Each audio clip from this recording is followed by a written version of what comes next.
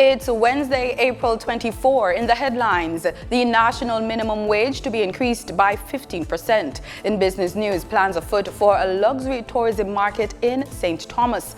Regionally, Caribbean Development Bank's President Jean Leon resigns. And in sports, more prize money for primary school champs. This is the news on PBC Jamaica. I'm Simone Absalom Gale.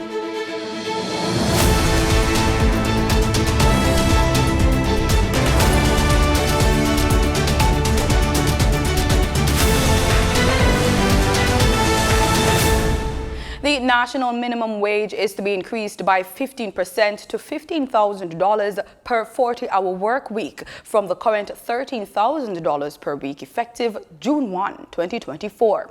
The motion was brought to the lower house by Minister of Labour and Social Security Pernell Charles Jr. on Tuesday. Minister Charles Jr. says the provision to set a minimum wage for the country protects workers from exploitative compensation practices. As the Minister of Labour and Social Security, I oversee the implementation of this act, which has significantly impacted the lives of workers in various sectors.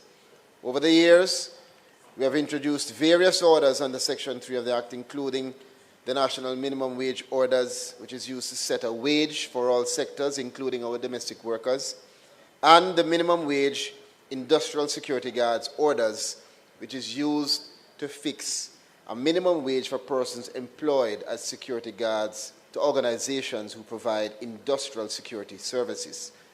He says he's committed to fostering economic stability, especially when it relates to the labor force.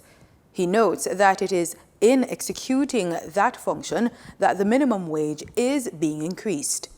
This means, Madam Speaker, that A, the single-time rate is to be increased from $325 per hour to $375 per hour for work done by the worker during any period not exceeding 40 hours in any week.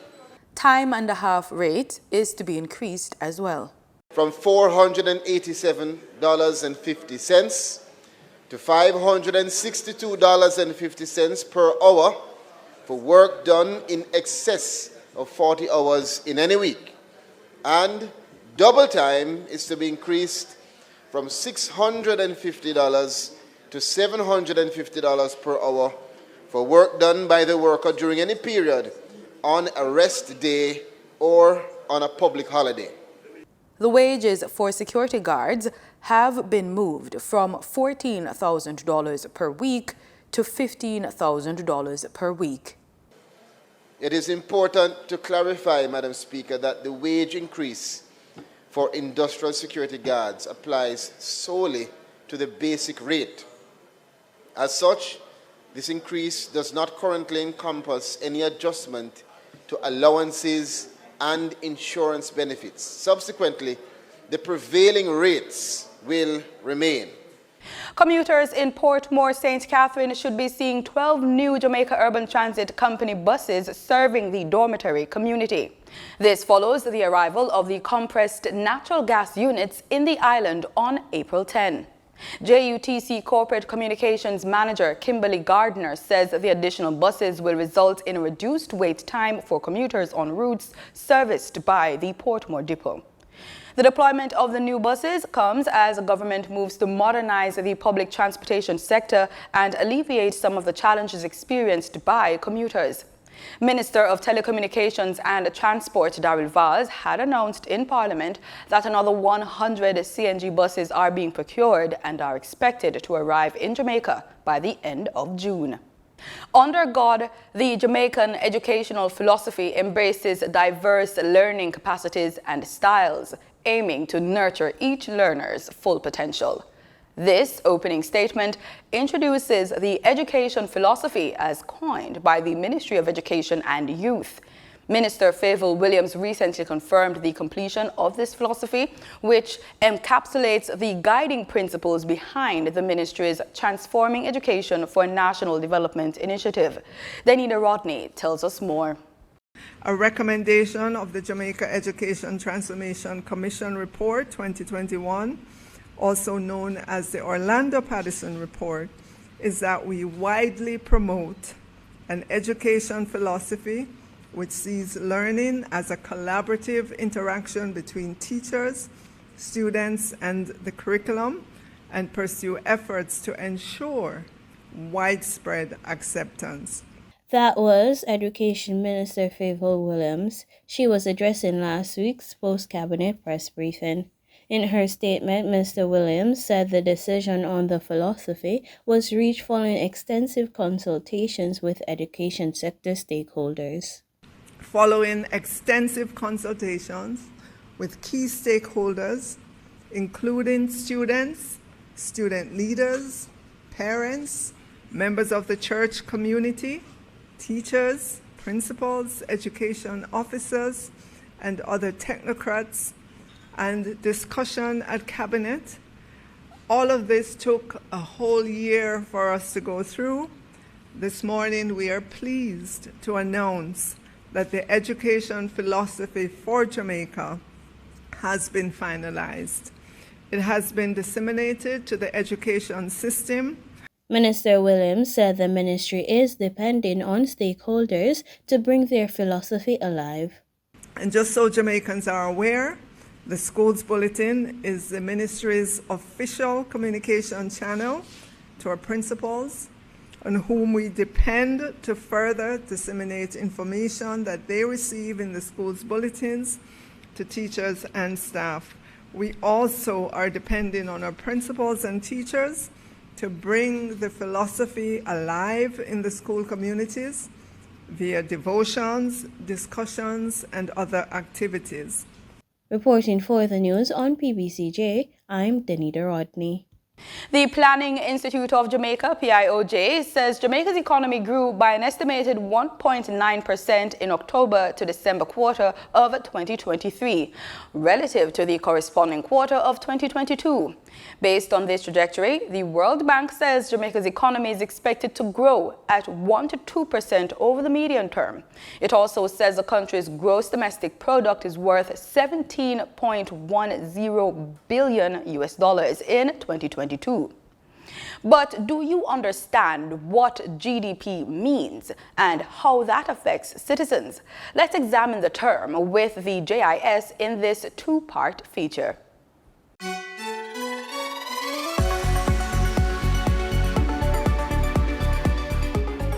Using Jamaica's nominal per capita GDP at the end of fiscal year 2023-24, Madam Speaker, and our GDP per capita at the end of fiscal year 23-24 is projected to be roughly $7,000 using the GDP figures from Stockton and the population data that we have and the closing exchange rate. It has gone up. Anybody notice? It's now $7,000.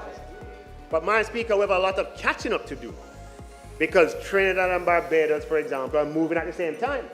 And they are now at $20,000. But you're seeing, Madam Speaker, we're stuck at a breaking level for a long time. And nobody has been noticing, but today the per capita GDP is $7,000. Major praise for the trajectory of our gross domestic product. But what exactly is that? Do you know?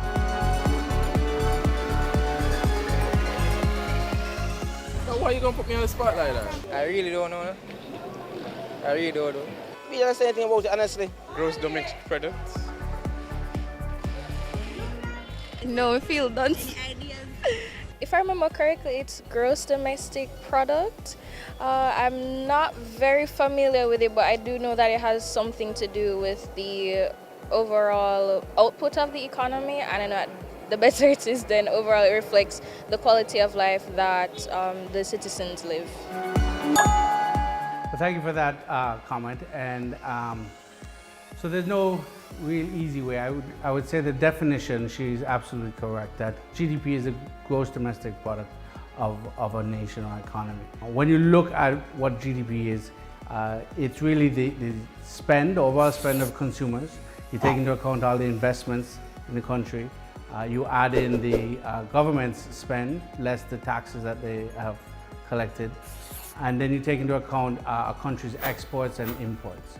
So for a country like Jamaica, our exports tend to be a lot less than our imports. We're heavily driven by imports, so it's a negative number.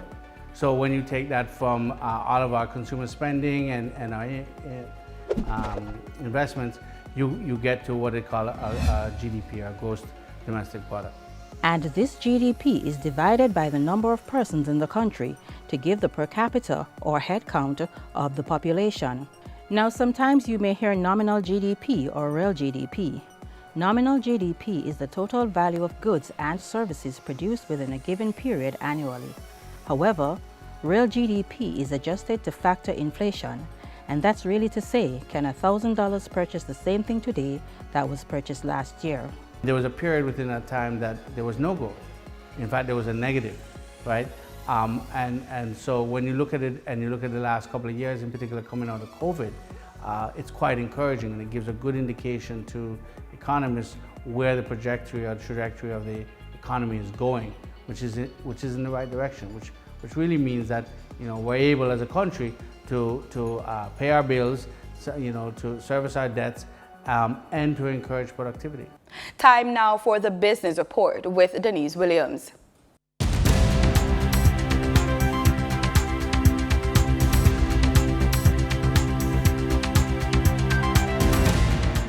Good day, everyone, and thank you for joining us on the Business Report. I'm Denise Williams, your guide through the latest happenings in the world of business. The Jamaica Central Securities Depository, JCSD Trustee Services Limited, has agreed to extend a $2 billion debt held by Chukka Adventures Caribbean Limited for another year and accept an increased interest rate in lieu of compensation. In 2018, Chukka secured a $2 billion dual currency bond arranged by Cygnus Capital with Sagicor Investments as the co-arranger. The larger portion in Jamaican dollars was fixed at 8.5%, while the US dollar portion had a coupon of 6.5%. Chukka is now also in the Dominican Republic, Barbados, and St. Thomas, thus making it a more viable entity and giving it a pan-Caribbean presence. Surely, investors would note the potential. The Ministry of Tourism aims to develop a luxury tourism market in the parish of St. Thomas, Jamaica, to diversify the country's tourism product. The plan involves community-based, high-end services utilizing the parish's natural assets and culture. St. Thomas will become an organized destination with less dense, environmentally friendly arrangements focusing on luxury tourism. The ministry targets the creation of 4,170 new rooms and attracting 230,000 overnight tourists by 2030. Private investment of US $508 million is expected to cover a total investment of US $746 million.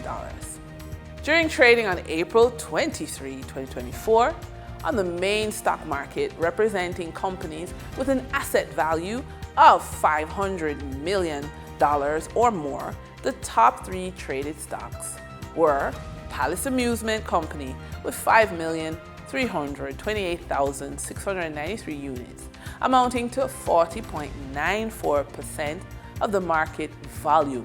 Next was JMB Group Limited, 9.5% shares, with 2,267,521 units, amounting to 17.42% of the market volume.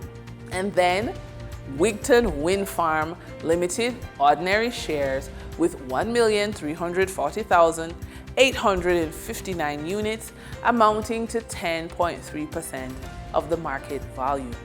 During trading on April 23, 2024, on the junior stock market representing companies with an asset value of $50 million or more, the top 3 traded stocks were Edufocal Limited with 1,662,959 units, amounting to 33.63% of the market volume, followed by Foss Rich Company Limited with 561,011 units, amounting to 11.35% of the market volume. And then MFS Capital Partners Limited with 518,349 units, amounting to 10.48% of the market volume. Over on the Twin Island Republic of Trinidad and Tobago Stock Exchange, trading on April 23, 2024, registered a volume of 290,836 shares crossing the floor of the exchange, valued at $3,585,839 Trinidad and Tobago dollars and 95 cents. Massey Holdings Limited was the volume leader with 205,900 shares changing hands for a value of $895,467 Trinidad and Tobago dollars and 80 cents, followed by Grace Kennedy Limited with a volume of 23,225 shares being traded for 90,684 Trinidad and Tobago dollars and 25 cents.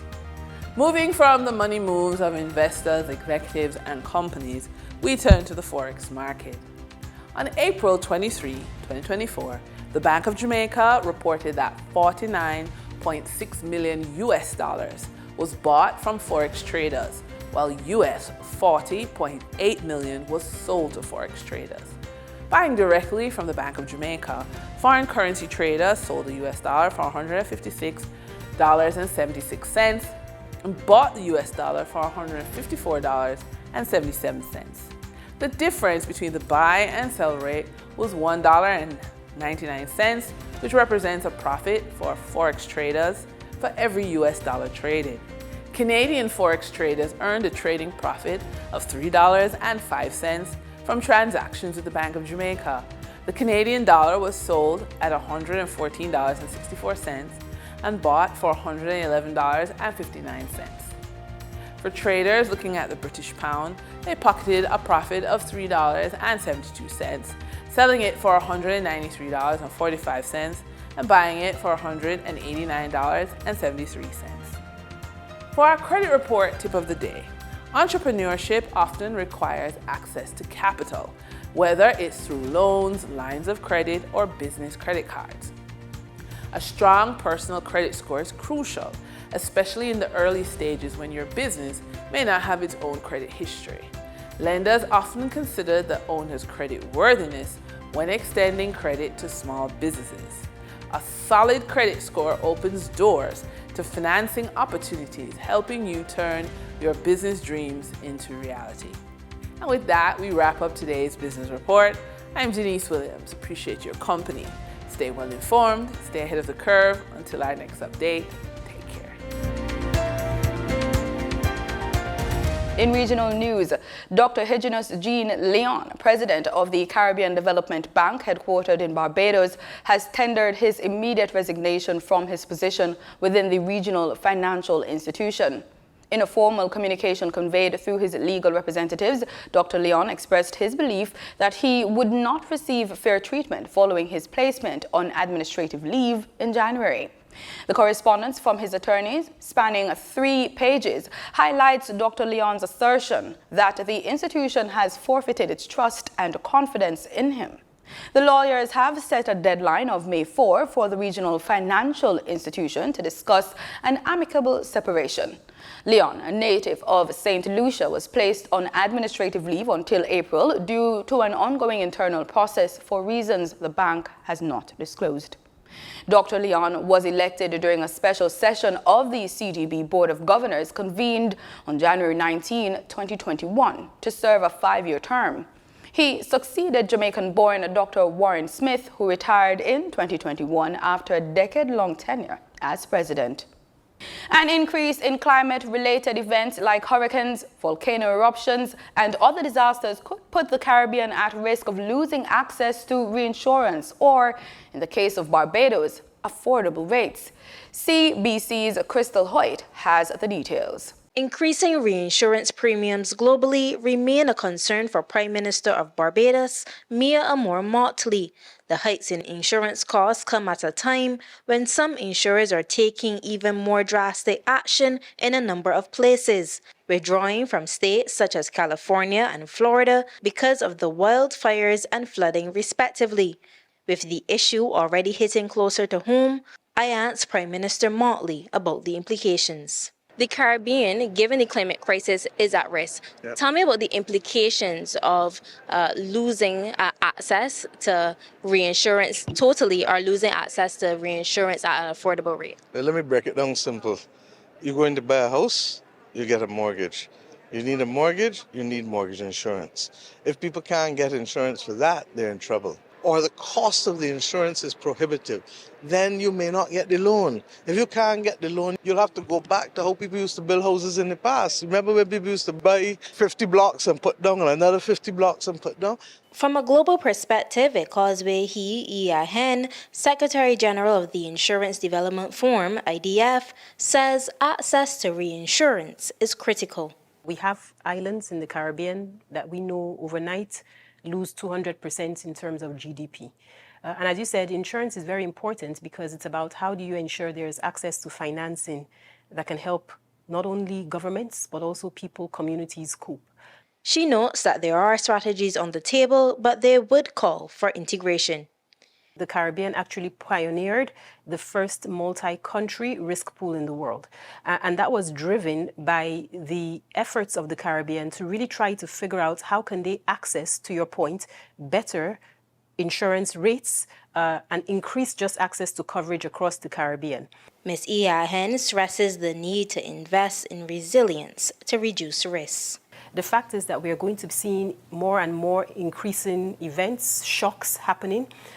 We have to think carefully about where we are building our infrastructure, what is the quality of that infrastructure, and that is an important factor because that informs the exposure and the vulnerabilities within countries. Reinsurance rates are projected to peak in 2024. Reporting from Washington, D.C., Crystal Hoyt, CBC News. Guyana has been protecting its vast forests for years, but now the country hopes to earn money from keeping the trees intact. It is doing so through its carbon credits venture.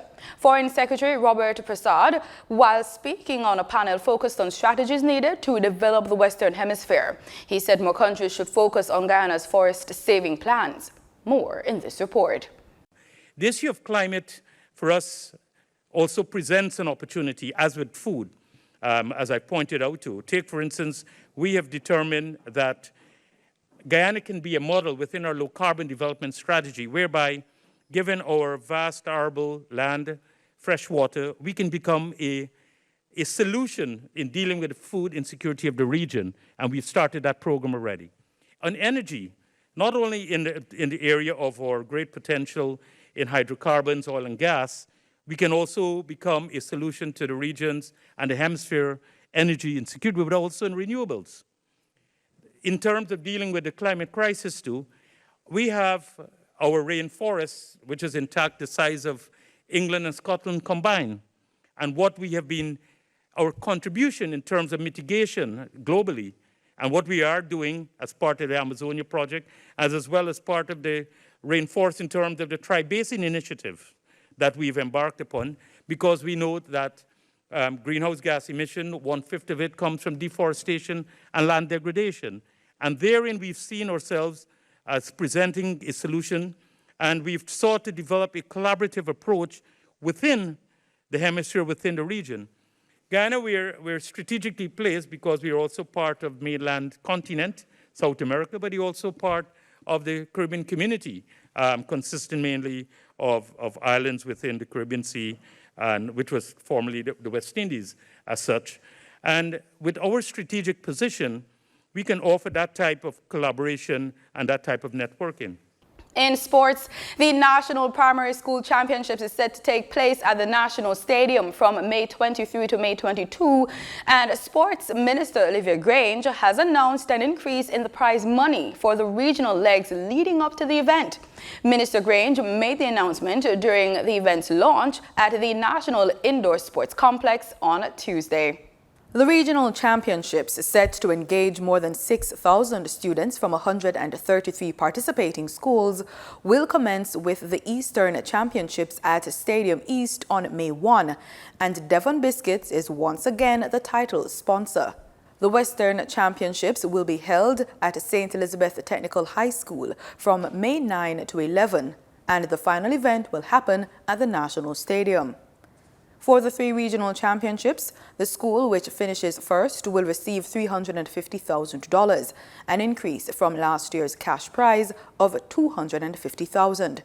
The school which finishes second will receive $250,000, up from last year's $200,000, while third place will get $200,000, up from $150,000. Teams that finish from 4th place to 10th will receive $100,000 each, an increase from the previous prize of $75,000. At the National Championships, the winning school will receive $600,000 instead of the previous $500,000. Second place will get $350,000, up from $250,000, while third place will receive $300,000 instead of $200,000. For the teams that finish from 4th to 10th at the National Championships, they will walk away with $150,000 each instead of the previous $100,000. And that's the news on PBCJ. You can follow us on our social media platforms at PBCJamaica. Thank you so much for watching.